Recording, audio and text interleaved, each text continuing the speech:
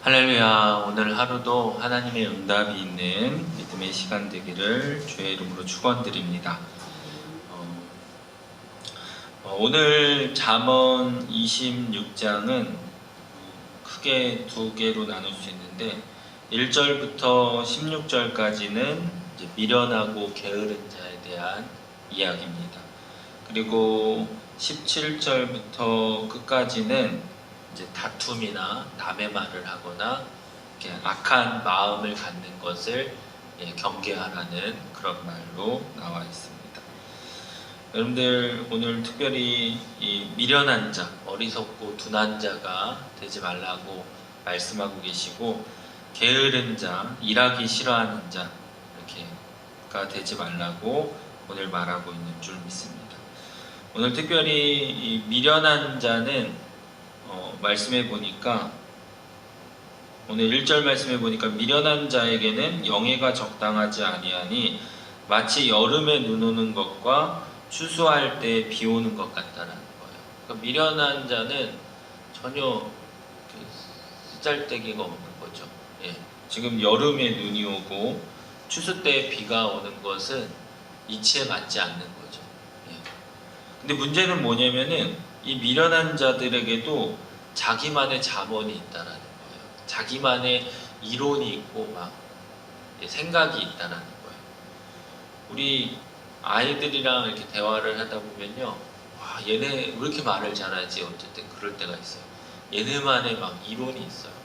왜 공부 안 하니? 그러면 놀아야죠. 막 그래요. 이때 안 놀면 언제 노나요? 막 그래요. 그럼 할 말이 없어요. 맞는 말이긴 하거든요. 그래서 자기만의 그런 잠언들도 있지만은, 그거는 오늘 말씀해 보니까 9절 말씀해 보니까 미련한 자의 입의 잠언은 술 취한 자가 손에 든 가시나무 같다라는 거예요. 그러니까 술 취한 사람이 정신이 온전치 않잖아요. 근데 그 손에 가시나무가 있으니까 그걸 막 휘두르면은 자기도 다치지만은 남도 얼마나 많이 다칠 수 있지 않습니까? 그래서 미련한 자에게는 그래서 3절 말씀해 보니까 말에게는 채찍이요 나귀에게는 재갈이요 미련한 자의 등에는 막대기라는 거예요. 그리고 2절 말씀에도 까닭 없는 저주를 받는다는 거예요. 여기서 까닭 없는 저주라는 것은 결코 실현되지 않는다는 거예요. 미련한 자들의 말과 계획들 이런 거는 절대로 실현되지 않는다는 거예요. 날아가는 제비처럼 이루어지지 않는다는 거죠. 그만큼 우리가 미련한 자가 되지 않아야 될 줄 믿습니다. 우리가 고린도전서에 보면은 십자가의 도는 행악자들에게는 미련한 자이지만은 구원받은 자들에게는 그게 하나님의 능력이 되거든요. 그러니까 우리가 많은 사람들이, 세상 사람들이 막 그래요. 이렇게 너네들이 예수를 믿고 교회를 다니는 게 미련하다라는 거죠. 그들의 생각으로는, 그들의 이성으로는, 과학적으로는 도저히 말도 안 되는 얘기라고 생각을 하는 거죠. 그래도 우리나라에서 가장 큰 교회를 이뤘던 그 조용규 목사님 일화 중에 이런 게 있어요. 어느 날 이렇게 전도사 시절에 있는데 되게 이쁘고 막 세련된 한 여성이 찾아왔대요. 그래서 이렇게 상담을 하기 위해서 오셨대요. 그래서 무슨 일 때문에 그렇습니까? 그러니까 자기 남편이 의학 박사래요. 외국에서 정말로 유명한 사람인데 한국에 스카우트 돼가지고 이렇게 왔대요. 근데 갑자기 뇌졸중이 와가지고 이렇게 풍이 온 거죠. 풍이 왔는데 그때부터 갑자기 이제 의처증이 생긴 거예요. 그래서 이 사모님이 이렇게 나갔다 오면은 막 시카를 들이대면서 너 오늘 누구 만나고 왔어? 막 이러면서 딴 남자 만나면 죽여버릴 거야. 막 이렇게 했다는 거예요. 그래서 도저히 살 수가 없어가지고 이제 상담을 하기 위해서 조용기 목사님한테 왔어요. 그러니까 조용기 목사님이 요때다 싶어서 당신이 먼저 예수를 믿고 당신이 그 남편을 하나님께로 인도하면 다 고침받을 수 있다. 이렇게 했대요. 그래서 그 다음 주에 정말로 그 남편이랑 같이 왔대요. 남편은 이제 막 쩔뚝거리면서 아내 팔을 잡고 와서 이제 가운데 앉아서 이렇게 예배를 드리고 이제 새로 왔으니까 이제 당회실, 이렇게 목사님실로, 목양실로 이렇게 둘이 딱 왔대요. 근데 이분 나이가 그 당시는 조용기 목사보다 많았대요, 그 의사가. 그러니까 막 반말로 처음에 하는 얘기가 그거였대요. 너 예배 시간에 내 아내 보면은 내가 칼로 죽여버릴 거야, 막 이랬대요. 근데 문제는 맨날 이 가운데 앉아 있어가지고 이렇게 보다가 이렇게 가운데를 못 보겠대요. 휙휙 지나갔대요. 이렇게 너무 그래서. 근데 그 다음 예배가 끝나면은 꼭 그 목양실로 와가지고 하는 얘기가 너는 왜 이렇게 미련하다라는 거예요. 지혜롭지 못하다는 거예요. 헛똑똑이라고 계속 자기를 놀리더래요. 이 말이 되냐고, 어떻게 죽은 자가 살아나고 막 이렇게 문둥병이 고쳐지고 막 이거를, 그러니까 자기가 의사니까 자기 입장에서는 도저히 가능하지가 않잖아요. 막 물이 포도주가 된다 그러니까 말이 안 된다는 거죠. 근데 그렇게 계속 말씀을 듣다가 어느 순간에 막 조용기 목사님한테 대들면서 너가 나를 바보로 만들었다는 거예요. 머리에서는 절대 아니라고 얘기하는데 이 가슴에서는 막 믿어지기 시작한다는 거예요.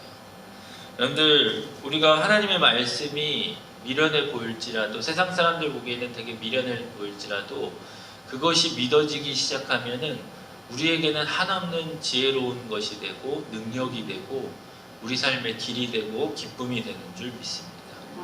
그래서 여러분들, 조용기 목사님 말씀하시는 게 성경은 머리로 믿는 것이 아니라는 거예요. 마음으로 믿고 가슴으로 믿어지면은 그것이 이성을 뛰어넘는 놀라운 지혜로운 말이 되는 줄 믿습니다. 그래서 저와 여러분들, 우리 자녀들을 어떻게 지혜롭게 키울까? 미련하지 않고 게으르지 않고 정말로 능력 있는 자녀로 키울까? 어떻게 보면 너무나도 쉬운 겁니다. 하나님의 말씀에 가까이 하는 거예요. 그것이 복인 줄 믿습니다. 그리고 또 오늘 게으른 자, 오늘 13절부터 16절에는 이제 게으른 자가 되지 않게 하고 오늘 말하고 있습니다. 그래서 게으른 것도 악한 겁니다. 그래서 우리는 게으르지 않고 자기 맡은 일에 최선을 다할 수 있도록 노력해야 되는 줄 믿습니다. 그리고 17절부터는 다툼에 대한 거예요. 여러분들, 다툼이 왜 일어날까는 결국에는 참지 못한다라는 거잖아요. 사소한 것에 참지 못하니까 그걸로 싸우는 거죠. 여러분들, 믿음은 인내하는 것입니다. 그렇죠? 이루어질 때까지 기도하는 것이 최고의 기도의 응답이고 그것이 믿음입니다. 그래서 첫 번째 우리들에게 하나님께서도 바라시는 게 인내하는 거예요. 사랑은 뭡니까? 우리가 고린도전서 13장 사랑장을 보면 첫 번째 사랑은 오래 참는 겁니다. 그래서 다툼을 일으키는 자는 지혜롭지 못한 겁니다. 잠언서에 봐도 다른 사람의 말을 듣는 것이 지혜로운 자. 그러니까 이게 미련한 자들이 다투는 거예요. 말이 안 통하니까. 또 자기가 옳다라고 막 우기거든요. 그래서 잠언서에도 미련한 자는 남의 말을 듣지 않는다는 거예요. 미련한 자는 다툼을 일으키고 지혜로운 자는 다른 사람의 그 말을 잘 듣는다는 거죠. 그래서 저와 여러분들, 이 다툼은 우리 삶 가운데 그렇게 좋은 영향을 끼치지 않는다는 거죠. 그리고 오늘 22절 말씀에도 남의 말을 좋아하는 자는 결국에는 그것이 우리들에게 별로 인생 가운데 좋지 않다라는 거죠. 그래서 남의 말을 하고 그 다음에 악한 마음을 품는 것, 그것은 결코 지혜로운 자가 아니고 하나님께서 경계하라고 오늘 말하고 있습니다. 그래서 교회 안에서도 막 속닥속닥 이거는 별로 교회에 유익하지도 않고 도리어 27절 말씀에 보니까 함정을 파는 것과 같다라는 거예요. 분란을 일으키고 다툼을 일으킵니다.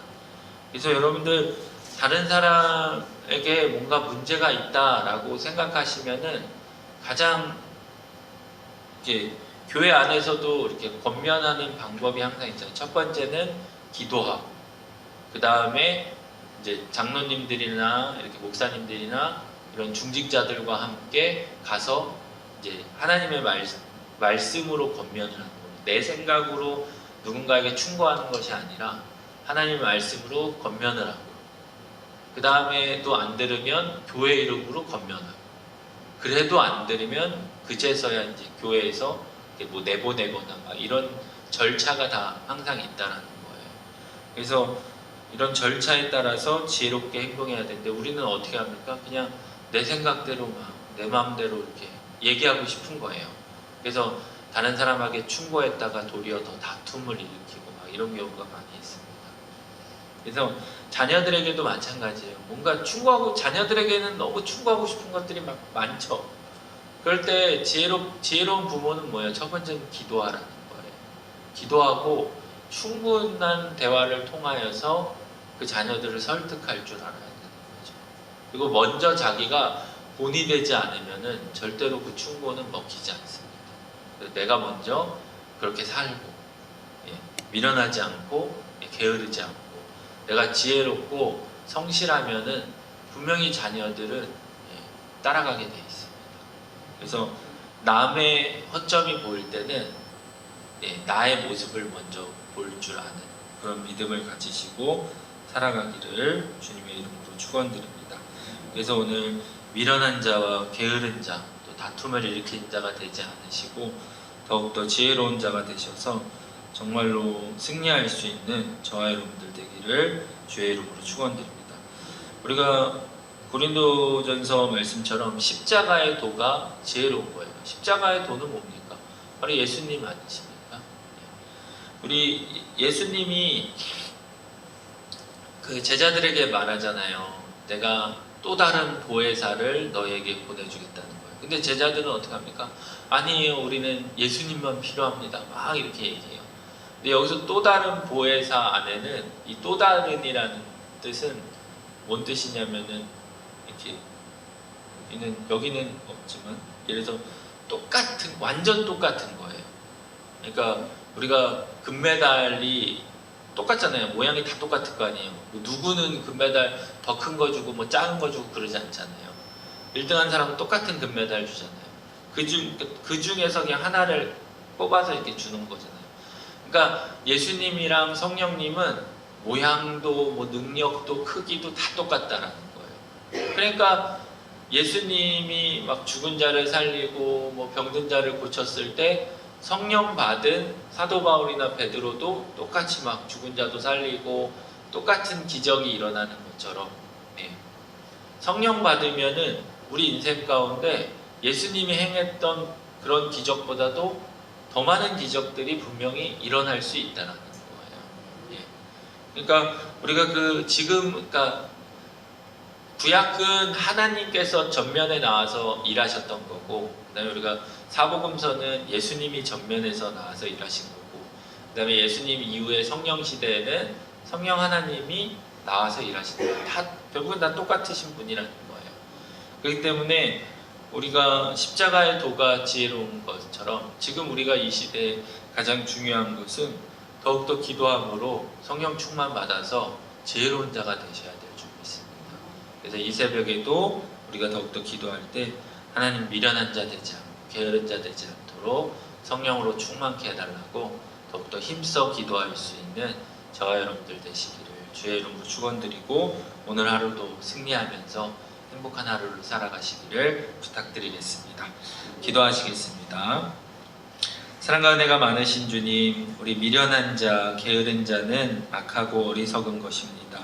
우리가 이 미련한 자가 되면은 나뿐만 아니라 내 가족들 또 다른 사람들에게 피해를 주고 또 힘들고 어려운 줄 믿습니다. 하나님, 우리들에게 십자가의 도요, 바로 예수 그리스도의 그 길을 걷게 하여 주시고 더욱더 성령으로 충만케 도와주셔서 지혜로운 자 되게 도와주셔서 많은 사람들에게 유익한 삶을 살아갈 수 있도록 인도하여 주시옵소서. 특별히 우리 인생 가운데 다툼이 사라지게 도와주시고 다른 사람들의 말하기를 좋아하지 않게 하시고 험담하지 않게 하시고 악한 마음을 품지 않도록 주님 도와주시옵소서.